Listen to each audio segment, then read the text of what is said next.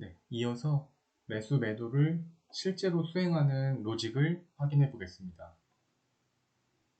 네, 여기도 마찬가지로 이제 매수 매도와 관련된 테이블 정보를 이제 세팅하고요. 그 다음에 이제 매수 매도는 해외 주식 주문 종합 창에서 저는 수행을 하게 해놨거든요. 그래서 이 창을 찾고 또 마찬가지로 그 창이 있으면 그 창을 사용하고 그 창이 없으면 이제 띄우는 로직이 들어가 있습니다. 네. 이제 ES 키가 있겠죠. 네. 그 다음에 이제 종목 코드를 클립보드에 저장한 다음에 주문 종합 창에서도 실제로 해당 코드로 다시 한번 조회를 하고 싶은 거예요. 그래서 해당 샌드 하키를 컨트롤 V로 다시 한번 조회하게 됩니다. 그 다음에 이제 체크 로직을 수행하는데 이제 앞서 미니 주문 창에서도 이런 로직을 확인했지만 이제 주식을 이제 실제로 매수하기 전에는 더 중요하니까 제가 지금 속스를 팔려고 하는데 자칫 잘못해서 뭐 TQ를 팔아버리면 안 되잖아요. 그렇기 때문에 이제 그런 로직들을 한 번 더 넣은 거고요. 그래서 컨셉이나 여러 가지들은 이제 아까 앞서 보신 것처럼 비교하는 로직들입니다. 그래서 값이 같은지 아니면은 여기서도 이런 식으로 이제 주문 종합 관련해 가지고 이제 이 창이 열렸는지 그다음에 값을 가지고 와서 이제 실제로 앞서서 매도가 이제 읽은 금액 그러니까 지금 주문 종합창에서 읽은 금액과 실제로 가져온 금액에 갭이 갑자기 많이 날 수 있잖아요. 그러니까 같은 종목인데 지금 급등하고 있거나 급락하고 있어서 이런 차이가 날 수도 있는데 그럴 확률은 거의 없으니까. 그리고 이게 뭐 1분, 2분 정도의 뒤에 그 후에 이루어지는 동작이 아니기 때문에 저는 이제 요거를 그러니까 요율이라고 하는 퍼센테이지로 이제 계산하려고 한 거예요. 그래서 주문 종합창을 열었어요. 매수하기 위해서 열었는데 내가 가지고 온 매수가는 10달러였는데 얘는 지금 다시 조회해보니까 15달러네? 그러면 이제 50% 넘게 뜬 거잖아요. 그러면 제가 살려고 했었던 시점의 가격과 지금 살려고 하는 현재 상황은 이제 다른 거죠. 달라진 거죠. 그렇기 때문에 그런 이제 체크 로직들이 여러 개 좀 들어가 있다. 이렇게 이해해 주시면 되고요. 그래서 조회해서 계산한 요율이나 이런 코드 정보들을 찍어주고요. 실제 핵심 로직은 이제 여기 구현되어 있습니다. 그래서 코드가 제가 이제 조회하려고 했던 코드랑 지금 주문 종합에 들어가 있는 코드가 같지 않거나 또는 살려고 했는데 5% 이상 갭이 발생했거나 또는 살려고 앞서서 의사결정할 때 수량값이 0이거나 이제 이런 조건들에 의해서 그렇게 위의 조건들이 해당되면은 사면 안 되는 거죠. 매수, 매도를 실패하는 거죠. 이거는 사면 안 된다. 이렇게 판단하는 거고요. 이 조건도 만족하면 이제 실제로 이제 매수, 매도를 해야 합니다. 이게 되게 지금까지 보신 것처럼 지저분하게 이 부분을 계속 타고 내려오면서 종료되는 로직도 있고 계속 타고 길어지는 로직들이 있는데 이제 조금만 더 진행하면 매수 매도를 가는 거니까 그래서 실제로 이게 메인장 매수 매도는 그러니까 본장과 아까 애프터 그러니까 프리장과 애프터를 이제 애프터로 표현했는데 애프터 장에서만 이루어지는데 두 개는 이제 동작 방식이 조금 달라요. 제가 정의한 거는. 본장은 저는 이제 그 시장가를 사용하기로 결정했습니다. 그러니까 본장에서는 내가 사야겠다라고 이 금액에 사야겠다라고 결정하거나 이 금액에 팔아야겠다고 결정하면 그 주문을 시장가로 걸어요. 바로 체결될 수 있게. 물론 잘못 체결될 수는 있겠죠. 근데 지금까지로는 그 정도 갭 시간에 그렇게 크게 차이 나게 체결된 경우는 없었습니다. 네. 오히려 유리 체결 쪽에 가깝다고 보는 게 맞는 것 같아요. 그러니까 제가 지금 갑자기 주가가 오르고 있는 순간이니까 매도 결정을 할 거잖아요. 그러면 실제 주문 종합창에 와서 이제 뭐 2, 3초가 걸려서 왔겠죠. 그리고 체킹 로직을 다 탔고 매도를 해야겠다라고 결정하는 그 2, 3초 간에 사실은 더 올랐을 가능성이 큰 거죠. 지금까지는. 네, 이게 뭐 정답은 없습니다만 그렇기 때문에 그 시점에 시장가로 매도를 건 게 지금까지는 이제 저는 괜찮았던 것 같고요. 그래서 이제 메인 장에는 그런 체결 방법을 선택하고 반대로 이제 프리장과 애프터 장에는 시장가 주문을 넣을 수가 없습니다. 그래서 애프터 지정가를 써야 하기 때문에 이걸 구분해 놓은 거예요. 실제로 그 전에 본장 거래만 할 때는 이 로직이 이렇게 복잡하게 이 부분으로 구분되어 있지 않았었는데 프리장과 애프터장 로직을 집어넣으려고 하다 보니까 이렇게 이제 구분해서 그 설정하는 부분은 해야겠다 이렇게 이제 판단해서 그렇게 한 거고요. 실제로 여기서는 이제 본장에서의 매수 매도와 이제 애프터장에도 마찬가지로 이렇게 매수 매도를 구분해서 동작을 하게 해놨고 그 아까 말한 주문은 어떤 주문을 걸지의 타입만 다르고 나머지는 같습니다. 근데 이제 요거를 만들 당시에는 이런 모듈들을 뭐 독립적으로 실제 프로그래밍에서는 뭐 함수나 메소드라는 걸로 표현하는 것처럼 이제 공통 부분을 재사용할 수 있게 만들어야 하는데 뭐 물론 지금도 그 작업을 하긴 하면 되는데 잘 동작되고 있으니까 그런 유지 보수를 위한 리팩토링 작업은 여기서는 하진 않았어요. 어쨌든 이제 하나씩 다시 한번 따라가 보면 본장일 경우이고 이제 팔아야 되겠다 매도인 경우에는 이런 로직을 타게 됩니다. 그래서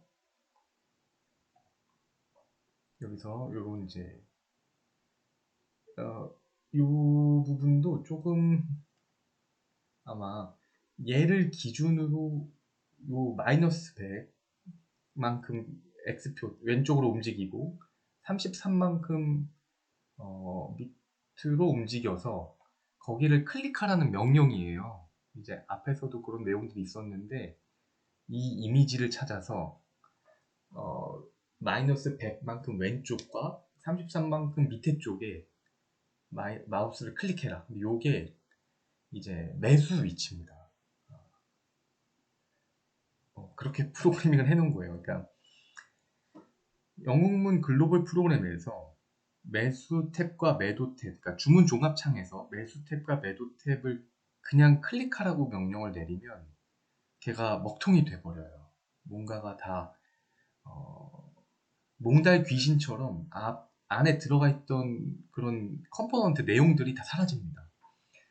왜 그런지는 아직 잘 모르겠어요. 근데 그러다 보니까 이런 편법을 쓴 거죠. 다른 애의 위치를 찾아서 이렇게 클릭해라 라고 명령을 해놓은 거예요. 그 다음에 실제로 뭐 그 클릭을 하는 거죠. 그 위치에 어떤 값들을 클릭하는 거고 그 다음에 이제 키로 이제 여기서 클릭은 그거겠네요. 아까 지정가 타입을 결정하는 주문 타입을 결정하는 거고 거기서 이제 얘는 업을 한번 하고 다운 한번 그리고 엔터. 그러면 시장가가 선택되나 봅니다. 네, 그렇게 설정되어 있습니다. 그렇게. 그리고 나서는 앞서서 매매를 로직을 판단할 때 수량도 다 정했거든요. 구매할 수 있는 수량, 잭팟 로직까지 포함해서 그럼 이제 거기에 이제 수량 입력해주고 시장가로 결정하니까 수량만 입력해주면 되거든요. 그 다음에 이제 주문을 누르는 거죠. 이렇게 주문을 눌러주고 이제 확인해주고 이게 이제 매수 로직의 끝입니다. 그래서 이건 이제 순차적으로 이렇게 타면은 지금 설명드린 내용을 타게 되는 거고요. 매도도 이렇게 이루어졌듯이 매수도 똑같은 로직을 탈 건데요. 여기는 이제 이렇게 되어 있네요. 마이너스 40만큼. 요거의 가운데 마이너스 40만큼. 아마 그럼 매수를 클릭할 것 같아요. 네. 그리고 나서 아까 그 주문 타입을 선택하고 얘는 이제 똑같이 업 한 번, 다운 한 번, 엔터 한 번이겠죠. 네. 이렇게 한 다음에 똑같이 수량 넣고 네. 주문할 거예요. 이거 다 똑같겠죠. 네. 다만 이거를 매수 탭에서 한다. 여기는 매도 탭에서 한다. 그게 다릅니다. 정말 별게 없죠. 네. 사람이 하는 거랑 똑같이 하려다 보니까 네. 별게 없습니다. 마찬가지로 애프터, 프리장과 애프터장일 때도 진행을 하는데요. 여기서 똑같이 이제 매수 이걸 지정하는데 그럼 여기는 이제 지정하는 것만 다르겠죠. 여기도 매도 타입을 결정하고 업 한 번, 그 다음에 다운 한 번 하는 것까지는 같은데 실제로는 엔터로 선택하는 게 아니라 네, 다운 한 번 더 하고 네, 그리고 엔터를 해줍니다. 그러니까 다운 두 번 하고 엔터 하는 거예요. 그러니까 요 로직만 다르고 나머지는 다 같고요. 여기는 지정가니까 애프터 지정가니까 금액을 입력해 줘야 되다 보니까 여기에 금액을 입력해 주는 부분이 있습니다. 그리고 밑에 쪽에서는 수량 입력해 주는 거 똑같고요. 나머지 로직을 똑같이 타게 될 거예요. 마찬가지겠죠? 예, 여기도 설명드리는 게 똑같을 거예요. 그래서 이런 로직들이 그냥 사람이 하는 것처럼 똑같이 되어 있고요. 이 매수 매도를 잘 이루어졌습니다. 이제 명령을 잘 걸었어요. 그러면 본장에서는 시장가로 걸었으니까 미체결이 난 적은 아직까지는 없었습니다. 제가 많은 수량을 많은 금액을 투자해서 지금 하고 있지 않다 보니까 그런 경우는 없었던 것 같아요. 그래서 시장가를 전략적으로 선택한 것도 있고요. 그런데 프리장과 애프터장은 제가 또 투자하는 종목이 5가지다 보니까 그 중에 나일이라는 부동산 관련된 세배 레버리지 종목은 주문이 프리장 애프터장인데 거의 없을 때가 많습니다. 그래서 그런 경우는 좋은 가격이 나와서 매수를 하거나 또는 내가 원하는 가격이 돼서 매도를 할 때 주문 체결이 안 되는 경우가 많아요. 그래서 그거를 이제 확인하고 어느 정도 시간이 지나면은 이게 체결이 안 될 것 같으니까 취소를 하는 로직이 들어가 있습니다. 네. 앞서서 이 그러니까 주식 시장이 시작하기 조금 전에, 그러니까 프리장에서 본장 되기 전에, 그 다음에 본장에서 프리장 넘어가기 전에 잠깐 쉬는 타임이 있었는데 그때 이런 취소 로직을 확인하잖아요. 그건 거의 똑같이 매매 결과를 확인하고 취소하는, 여기 실제로 취소 로직을 타게 됩니다. 그래서 캔슬 카운팅을 하게 되고요. 매수 주문을 넣은 다음에 계속 그 실시간 미체결 내용을 확인하는 거예요. 그래서 미체결 내용이 10번 확인하는 동안 없어졌어요. 그러면 이제 주문이 체결된 거잖아요. 그러면은 정상 수행됐다고 생각하는 거고, 10번 체킹하는 동안 계속 똑같이 남아 있어요. 그러면 물론 부분 체결이 됐을 수도 있지만 저희가 원하는 체결은 되지 않았다고 판단해서 이제 캔슬을 합니다.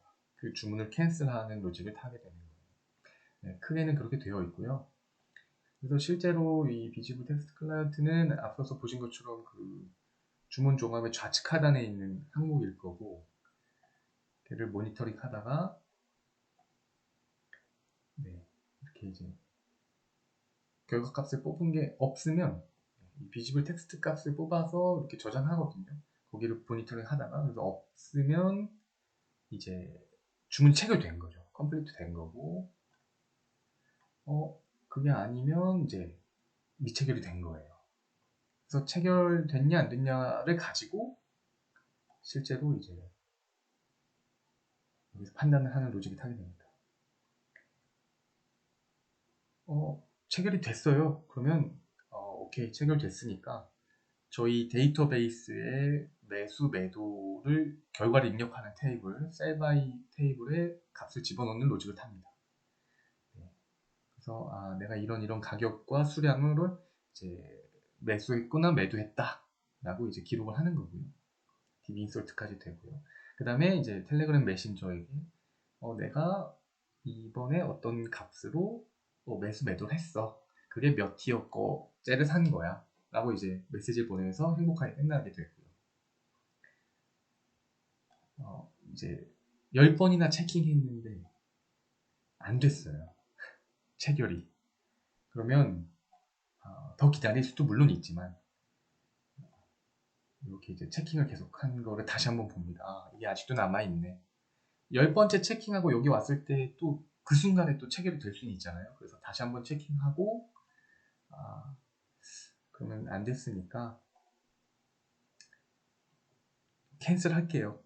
주문을 이제 취소할게요. 하는 거고, 그 순간에 왔더니 체결이 됐네? 없네? 그러면 이제 그냥 닫아버리고 끝납니다.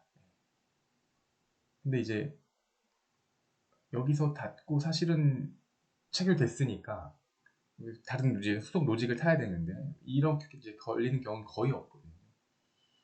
그래서 여기서도 마찬가지로 이제 취소를 눌러서 취소 탭을 눌러서 거기에서 이제 매매 취소 버튼을 클릭하고 확인해 줍니다.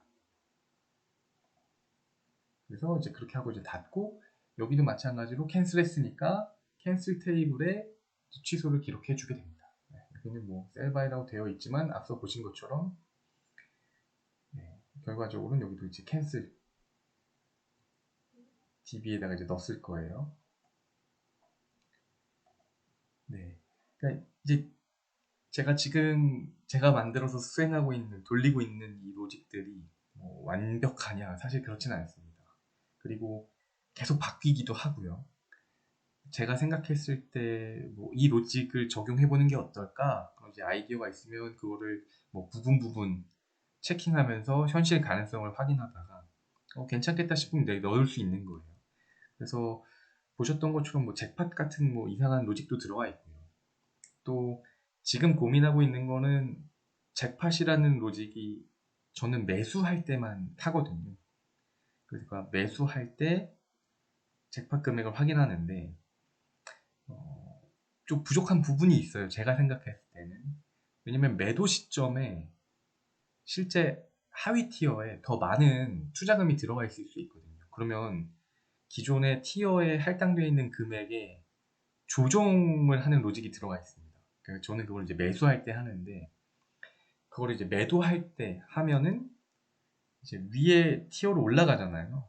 상위 티어로 올라갔을 때 그 티어만 뭐 수량을 채우는 뭐 이런 이제 복잡한 로직을 고민한 적이 있고 그거는 이제 조금 더 보완해서 조만간 이제 다시 한번 로직을 수정해 보려고 하는 그런 로직이긴 합니다.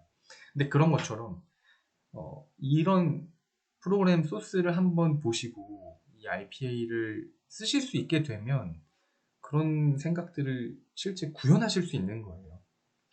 그래서 이거를 파이썬으로 구현하든 그리고 뭐 모크로 프로그램처럼 오토하키라는 프로그램을 통해서 이용하든 뭐 여러 가지 다른 뭐 자바라던가 C샵이라던가 뭐 좋은 프로그래밍 언어들이 많이 있어서 그런 것들로 하면은 됩니다. 근데 프로그래밍 전공자가 아닌 이상이야 그게 어렵다 보니까 이렇게 조금 더 그림을 그리듯이 프로그래밍을 할 수 있는 이런 IPA 툴들이 있다. 그리고 저는 이제 그걸로 만들었다. 이렇게 이제 좀 한번 소개시켜 드릴 기회가 있었던 것 같아요. 한번 공부를 해보시기로 결심하셨다면 다시 한번 로직들을 쫙 보시고 더 좋은 로직으로 만들어 보시는 것을 권해드리고 싶습니다. 네. 오늘도 고생하셨습니다.